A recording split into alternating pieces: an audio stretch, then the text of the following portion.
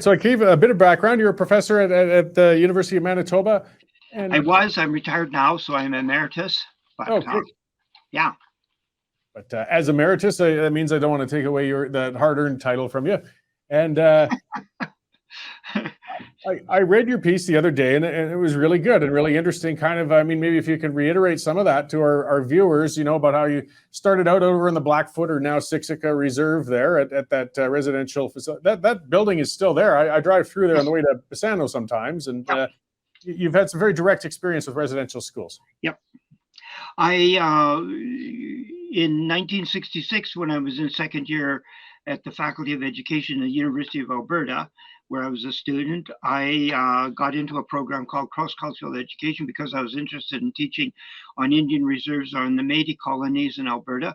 And I had a summer internship, and I was assigned to the Blackfoot Reserve, now called the Siksika First Nation, and I stayed in the teacher's wing of Old Sun School, which is the Anglican school on the reserve, and worked in the agency office, which was about a kilometer away towards Gleason, between the school and Gleason. Yeah, one of the things you noted, for I guess kind of to begin with, was people looked at this as if these schools perhaps were institutions that were top down and were only manned by people from off reserve. A lot of employees at the residential schools were from the First Nation. Yes, both in the office, the Indian agent's office. Mr. Murray was the Indian agent at that time, and at the school were Siksika people themselves. So the senior boys supervisor and the cooks and many of the people there were Blackfoot people themselves. So yeah, many people don't seem to realize that. Yeah, and that school is right in. It's right by Gleason. It's right in the reserve. So I mean, people also always they envision that as if children were taken a long way from home and separated, and that did happen in some cases. But many, or if not most, of the residential schools were right near the home sites, and they were day students, or at least they would go home on weekends, right? Yes. Not all the children would go home on the weekends, but many of the children would go home on the weekends.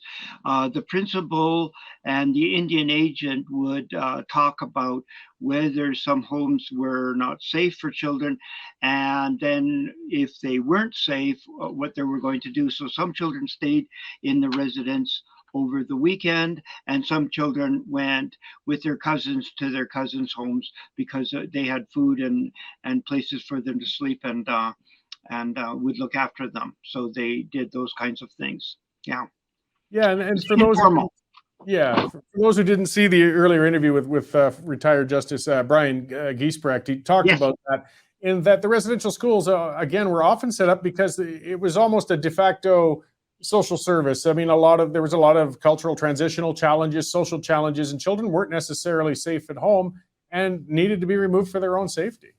Yes, there were. When I was at Old Sun, when I was in the residential school there was 3 children that had come from Hobbema. There were Cree children, so they didn't speak the same language as the Blackfoot children, and they were orphans, and they were in the residential school. And then over the summer, these 3 children, Father Brown, who was the priest, and I were the residential school residents at that period of time.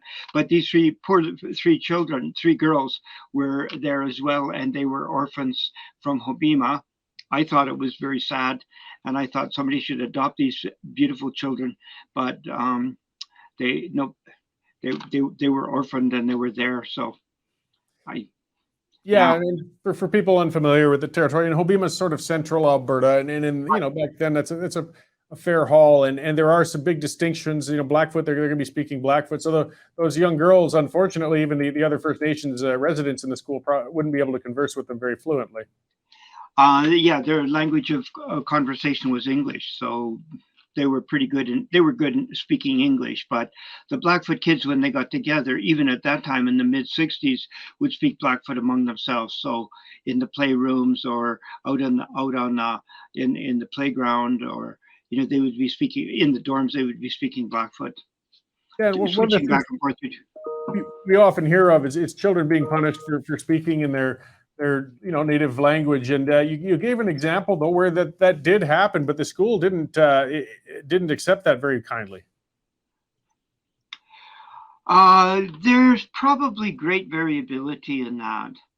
Our son went through French immersion, and obviously in the French immersion classroom, when the kids went in speaking English, they were forced, though they weren't punished for speaking English, but they were strongly encouraged to speak English. So this is quite a normal way of expectations. If you want children to learn another language, is that you have to immerse them in the language, and then they have to speak it all the time, and they will get corrected by other kids or by adults in that. And the children were very good in learning English, that's for sure. Of course, young people are better than older people. Yeah, but I mean, the attempts to eradicate the native language weren't as perhaps not always as stringent as some people point out, because that's what a lot of people looking from outside feel. Well, that sounds pretty awful. If it, English is a common language, great, but they should be allowed to maintain their original tongue as well. Yeah, well, most of the kids, all of the kids at the Blackfoot Reserve at that time would speak Blackfoot, and many of the young children now don't speak Blackfoot, and probably because they're watching TV and they're playing video games and they're doing all kinds of things in English. And so a language is a tool like a pencil or a computer, and if you don't use one tool, you forget how to use it. So they're not as familiar with the language or useful. The language is not as useful as it was in the past. It's a complicated thing. And then you wrote that later on you went up to Inuvik and spent some time in the school there. I spent some time working up there too. And it's an interesting spot because you had a lot of cultures kind of come together. You had a lot of Dene, you had Inuit there, you even had, Gwich'in, even some Northern Cree sometimes as they'd come up the river. And the schools up there were another experience, I guess you could say.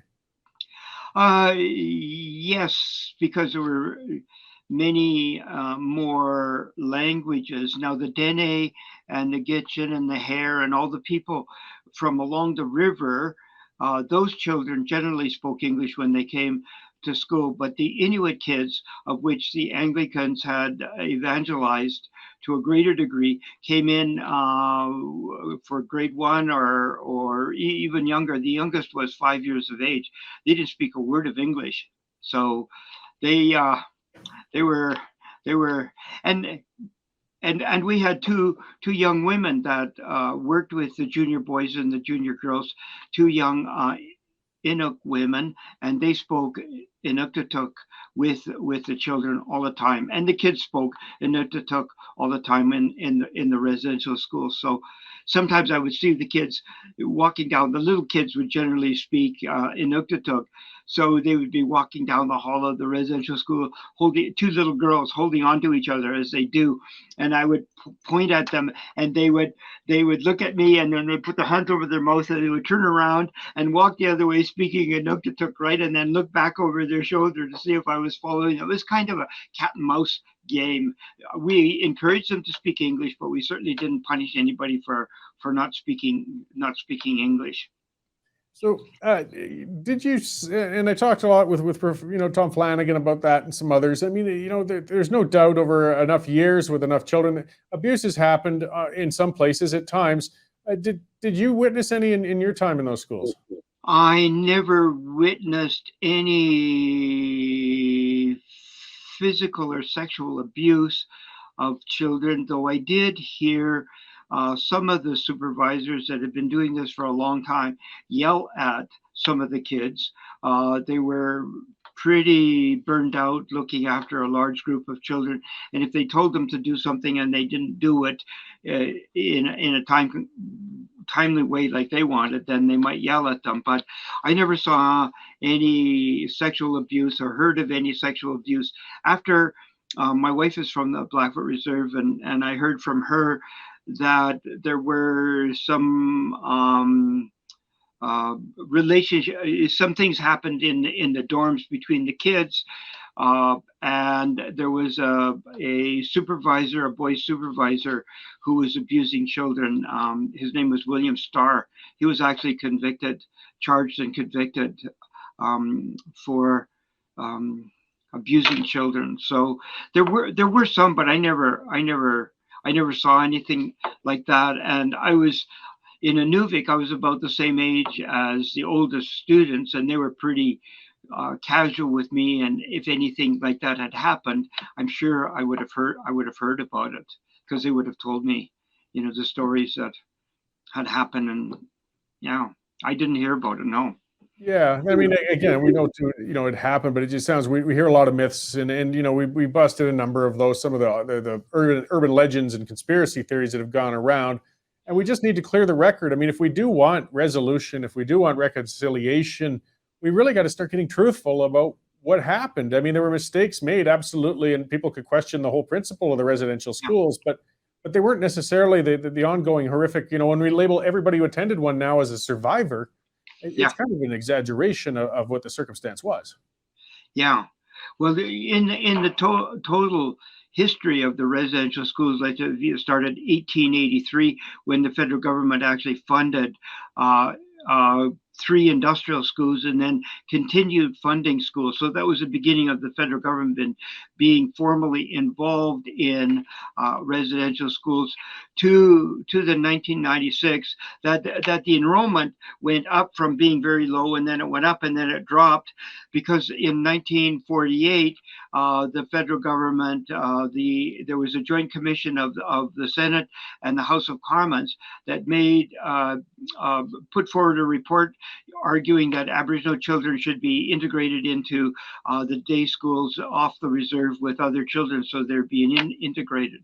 So from 1883, very few children went to school. So perhaps at the beginning, up until the 1910s,